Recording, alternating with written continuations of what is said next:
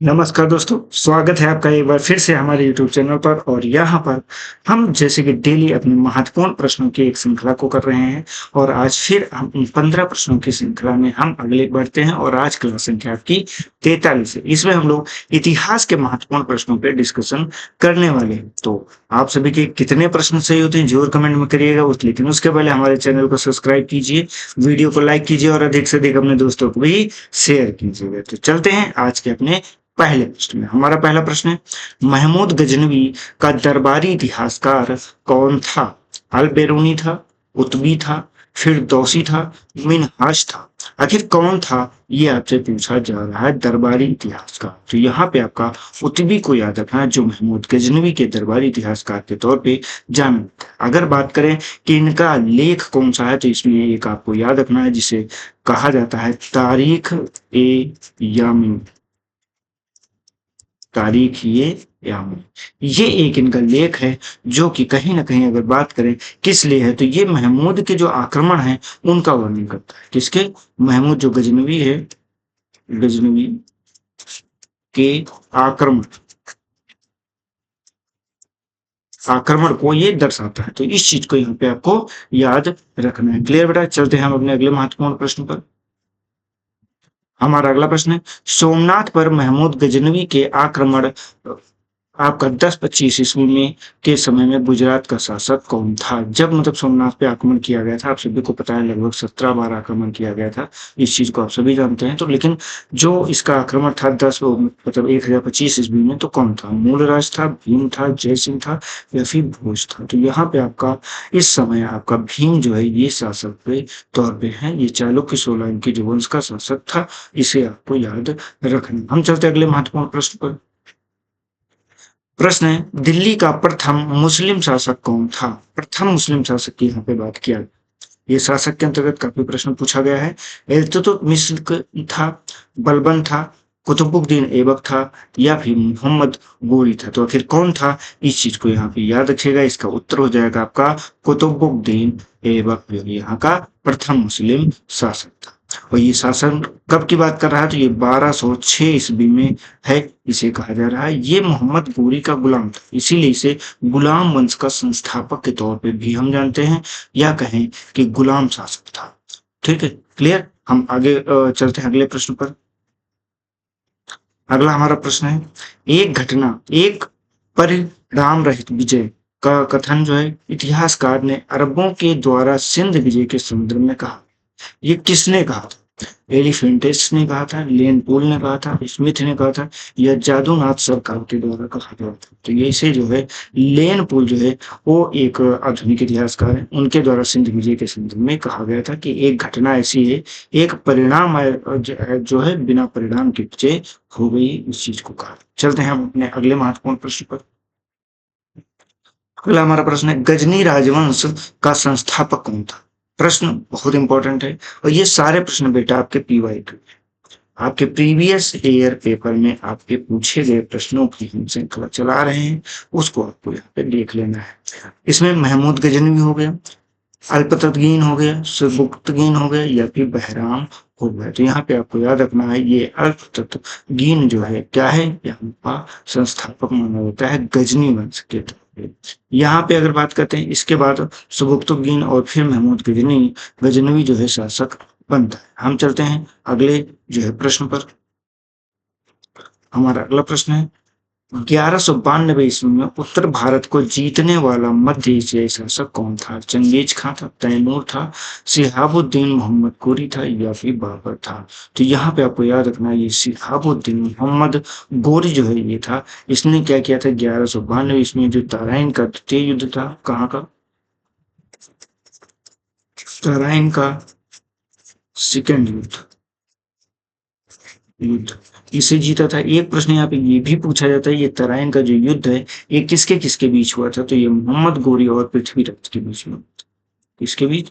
पृथ्वीराज को हराकर, तो ये यहाँ पे आपके लिए दो प्रश्न यहाँ पे इससे निकल कर सामने आ जाते हैं। चलते हैं हम अपने अगले जो है महत्वपूर्ण प्रश्न पर। हमारा अगला प्रश्न है, भारत में मुस्लिम शक्ति का स्थापना किस युद्ध से हुई?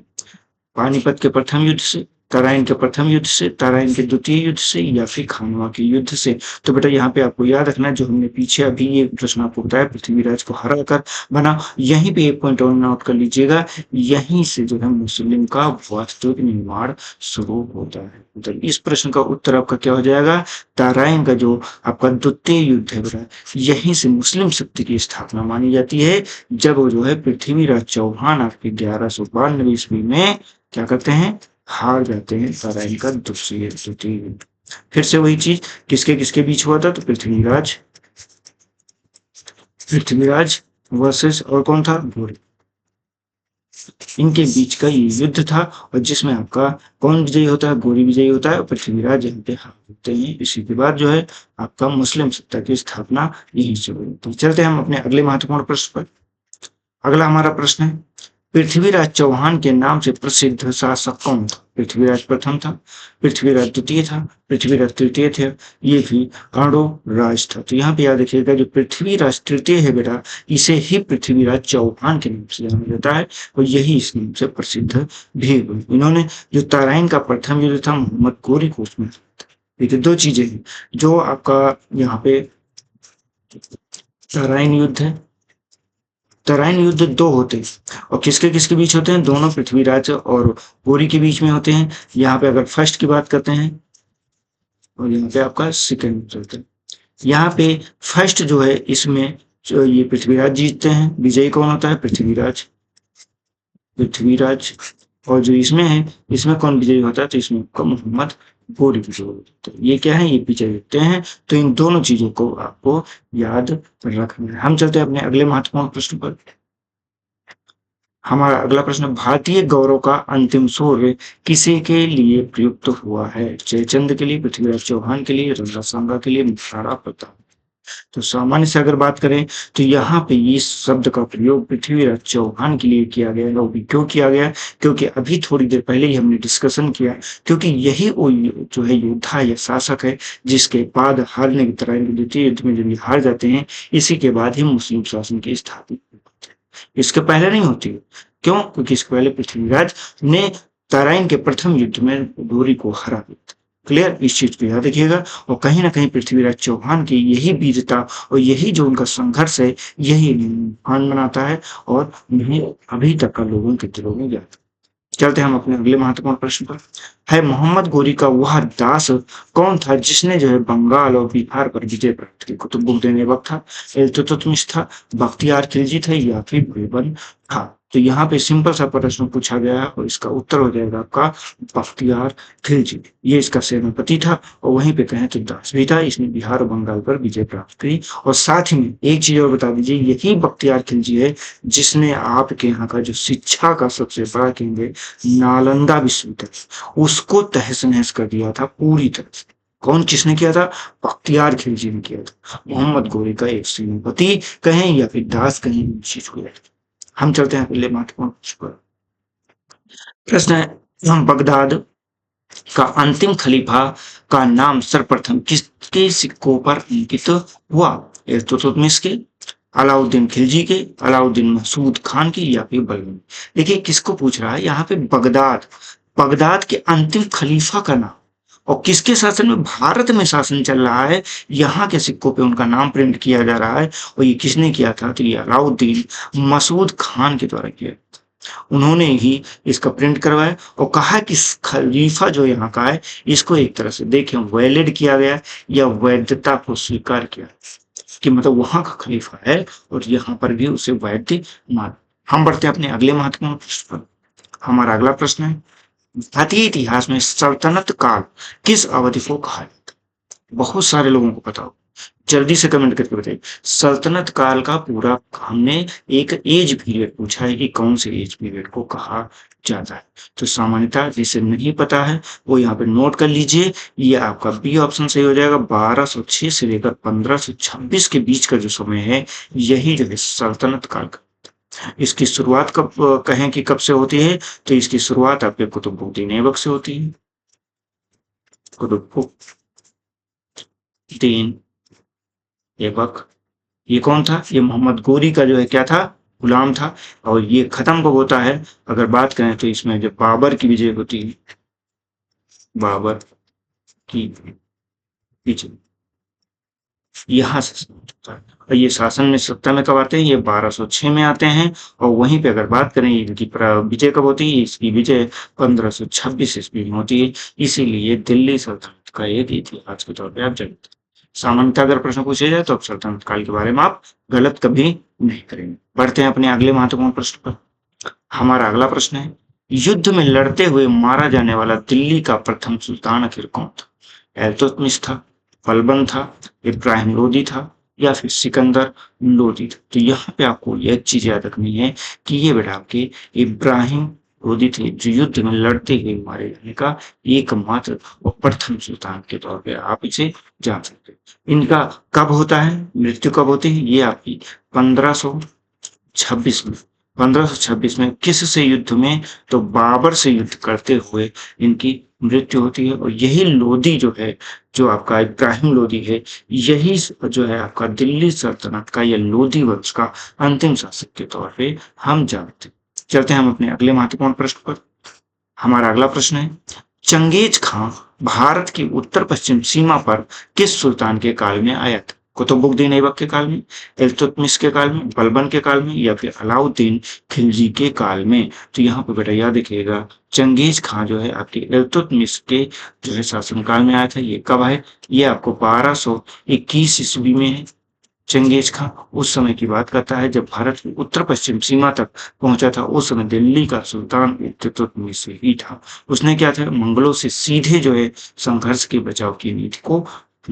क्लियर? हम चलते हैं अपने अगले महत्वपूर्ण प्रश्न। हमारा अगला प्रश्न है, गुलाम का गुलाम किसे कहा गया? कुतुबुद्दीन ऐबक को कहा गया, इल्तुतमिश को कहा गया, बलबन को कहा गया, या फिर बख्तियार खिलजी को कहा गया? तो अभी इसी वीडियो में अगर आपने स्टार्टिंग से अच्छे से देखा होगा तो हो सकता है इस प्रश्न का उत्तर आप नो डाउट आसानी से कर सकते हो। तो जल्दी से आप कमेंट करके बताइए जरा कि क्या इसका सही उत्तर है। तो यहाँ पे फिर भी मैं आपको बता दूं, जो आपका कुतुबुद्दीन ऐबक है, इसे ही गुलामों का जो गुलाम कहा जाता है? नहीं बेटा, इसे कहा जाता है सिर्फ गुलाम। क्यों? क्योंकि ये गुलाम था। अब गुलाम का गुलाम किसे कहा जाएगा? जो कि कुतुबुद्दीन ऐबक का गुलाम होगा। तो इसमें कौन सा सही हो जाएगा? इसमें आपका इल्तुतमिश सही हो जाएगा। ये किसका गुलाम था? ये आपका इसका। इसे क्या कहा जाएगा? इसे गुलामों का गुलाम कहा जाता है।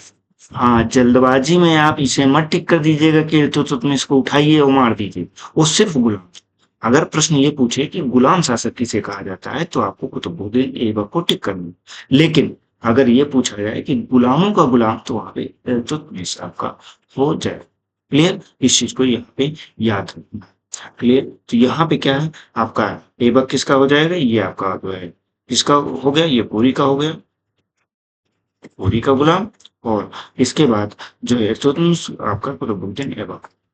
क्लियर? तो इन 15 प्रश्नों में से मुझे उम्मीद है कि आप लोगों के अधिकतर प्रश्न सही होंगे, लेकिन फिर भी जरूर कमेंट के सेक्शन में बताइएगा कि कितने प्रश्न सही हुए। साथ में इस प्रश्न का उत्तर भी दीजिएगा। भारत में एकता व्यवस्था को संगठित रूप से देने वाला शासक कौन था? एकता व्यवस्था, कुतुबुद्दीन ऐबक, इल्तुतमिश, बलबन, या फिर खिलजी? तो इसका उत्तर का इंतजार करेंगे आपके प्रश्न का। कल के प्रश्न के उत्तर को देख ले रहे हैं। कल का प्रश्न था हमारा, किस में क्लोरीन की जो ऑक्सीकरण की अवस्था है वो +1 होती है? इसको यहाँ पे याद रखिए। तो यहाँ पे क्या है, जो क्लोरीन होती है, क्लोरीन की ऑक्सीकरण जो ऑक्सीडाइजेशन स्टेज होती है, इसमें जो हाइपोक्लोरस उसकी जो है जो ऑक्सीकरण अवस्था होती है वो +1 होती है। तो ये आपका यहाँ पे याद रखिए। ये क्या है?